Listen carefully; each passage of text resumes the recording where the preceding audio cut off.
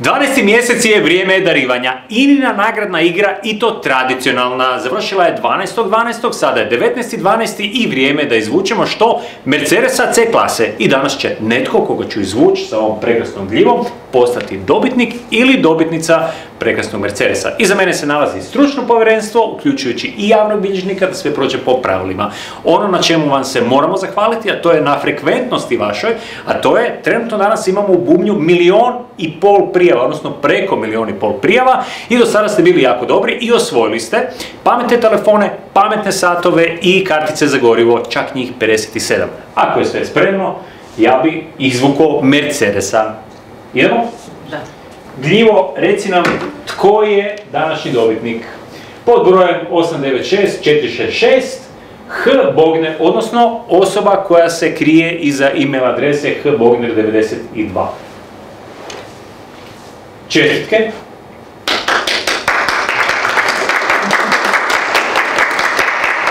Sad ćemo vidjeti kako se ta osoba zove. Hrvoje Bogner. Hrvoje Bogner, čestitke, osvojio si Mercedesa C klase. Iskreno, ja sam malo ljubomoran. Alo? Poštovanje, dobar dan. Dobro. Jure Šebalj ovdje pri telefonu. Dobro. Gospodin Hrvoje Bogner. Da. Da li vam je problem da mi kažete koja je vaša email adresa? Bogner 92. Odlično, Hrvoje Bogner.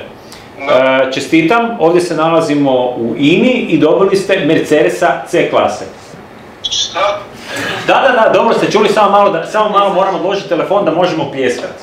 Samo malo, evo ga.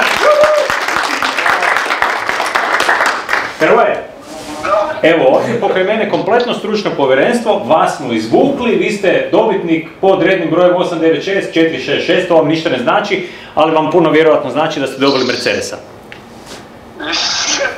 Dobro. Evo, gdje ćete ljepši poklon pod bor? Pa bolje ne, i to je još od vas, ovak najavljeno. Od INE. Dobro, od INE dolazi, ali da ste vi nazvali, svaka čast. Odlično. Puno, ne znam, što dalje. Slobodno se odite sada ovoga proveseliti, budemo još riješili neke formalnosti i u svakom slučaju smo na liniji i čujemo se. Okej. Dobro, samo da pitam još najvažnije stvari.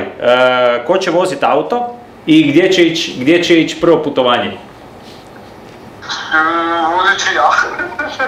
To je definitivno prvo putovanje na nekakav odmor zasluženi.